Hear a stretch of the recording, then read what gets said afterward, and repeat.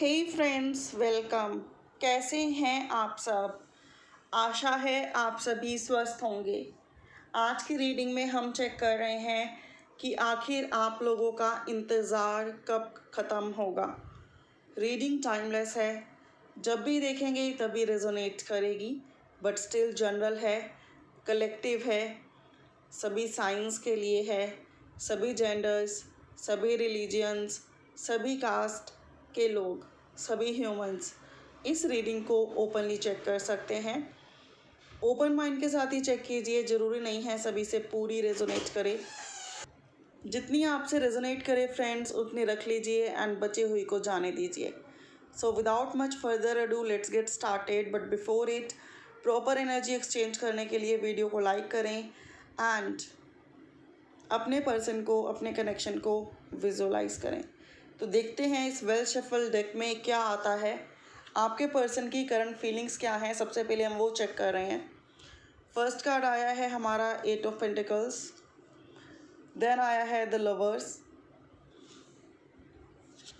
Then आया है हमारा night of pentacles, after that हमारा नेक्स्ट है किंग ऑफ पेंटिकल्स,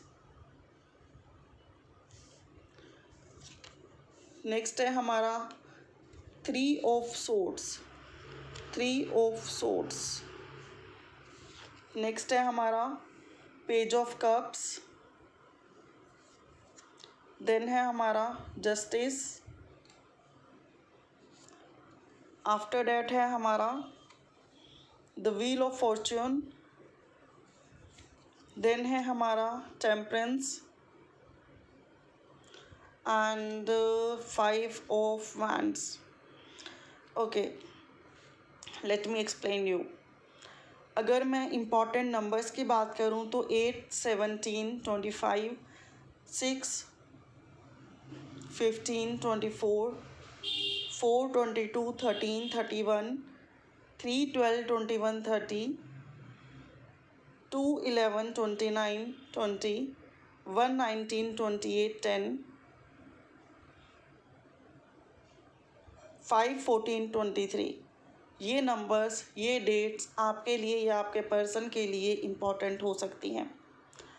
यहाँ पर द लवर्स का card, the wheel of Fortune का कार्ड ये बताता है कि आप में से बहुत सारे लोग soulmate and twin flame connection में हैं and made for each other हैं।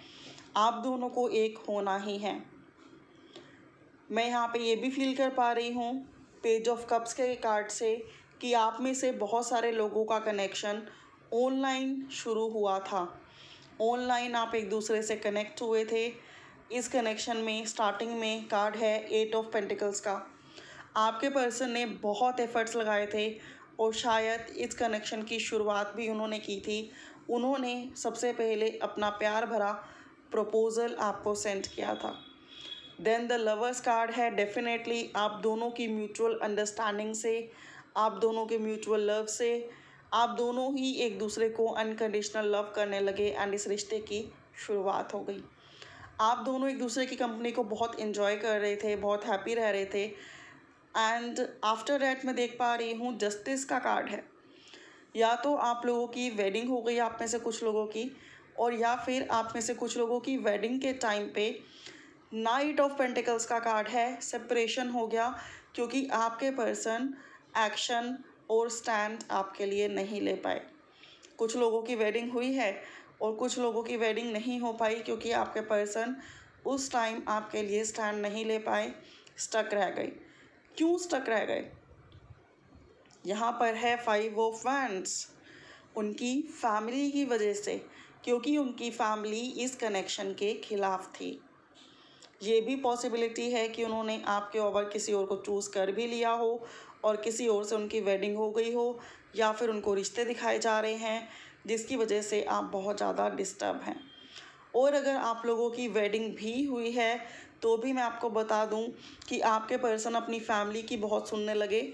आफ्टर वेडिंग आप दोनों में बेतुकी बातों पर, बेवजह की बातों पर झगड़े होने लगे, वाद विवाद होने लगे। आपके पर्सन अपनी गलती को नहीं एक्सेप्ट करते थे और बार बार आपको रियलाइज़ कराते थे कि सारी मिस्टेक आपकी है।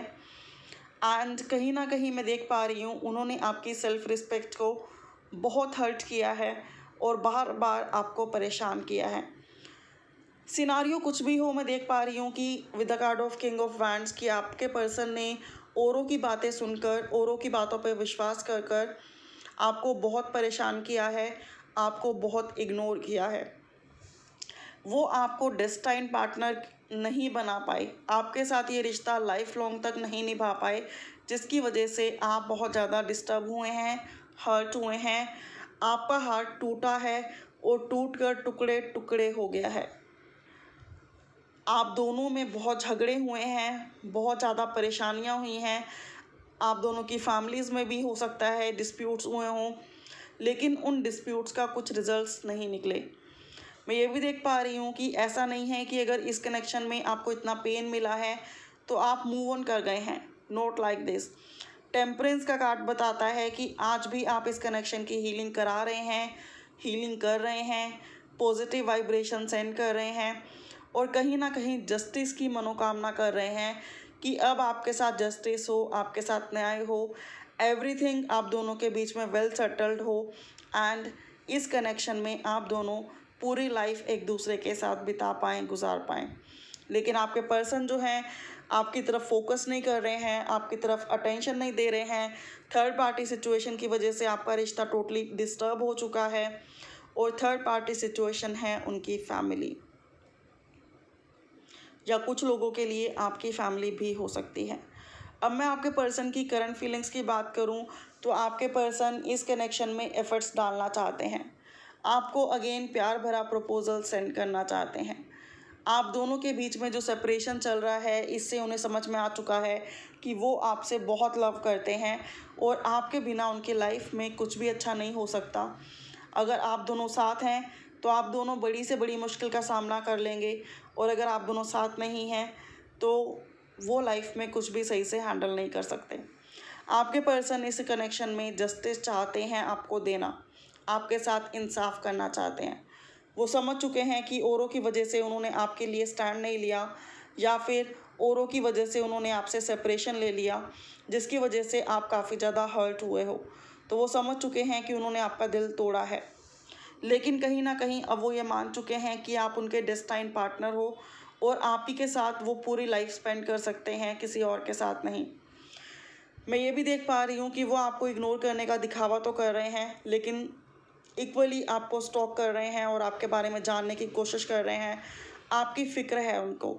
ये सब एकदम से नहीं हुआ है, आपकी हीलिंग का नतीजा है। आप हीलिंग करा रहे हैं या कर रहे हैं उसका नतीजा है, या फिर मैं यहाँ पे ये भी फील कर पा रही हूँ कि आपने जो अनकंडीशनल प्यार उन पर लुटाया है तो आपके प्यार की खातिर उन्हें चेंज होना पड़ रहा है, वो चेंज होने पर मजबूर हो रहे हैं।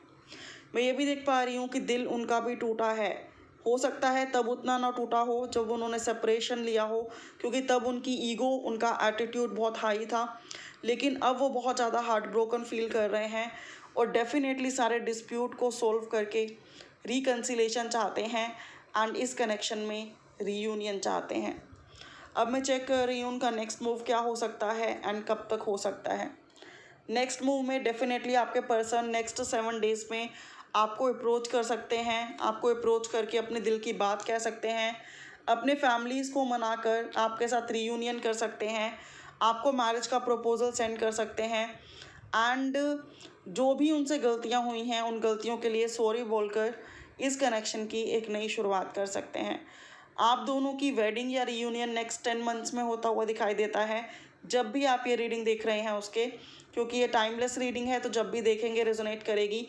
तो आपका इंतज़ार जब भी आप ये रीडिंग देख रहे हैं उसके बाद अगले 9 से 10 महीनों में पूरा हो जाएगा।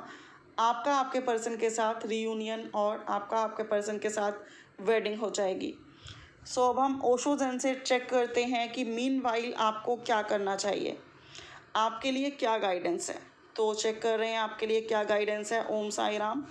आपके लिए गाइडेंस है कि आपको पॉजिटिव रहना है, पॉजिटिव रह के सब कुछ पॉजिटिवली मैनिफेस्ट करना है एंड आपको अपने करियर पे फोकस करना है और आपकी फैमिली में अगर आपको कोई एडवाइस देता है तो आपको उस एडवाइस को समझना है, मानना है, उसको फॉलो करना है और जो सिचुएशन जैसी है वो वैसी नहीं रहेगी, डेफिनेटली ग्रो होगी आगे, इस चीज़ पर बिलीव करना है। अगर आप ये चीज़ें कर रहे हो तो डेफिनेटली आप लोगों का रीयूनियन और वेडिंग बहुत ही नियर है, no doubt in this. Thank you so much for watching friends. If you like, don't forget to thumbs up and share this in your group. May God bless you. ज़्यादा clarity के लिए आप लोग personal readings book करा सकते हैं, जिसकी detail description box में गिवन है। अभी के लिए इतना ही। Bye for now, have a good day and take care.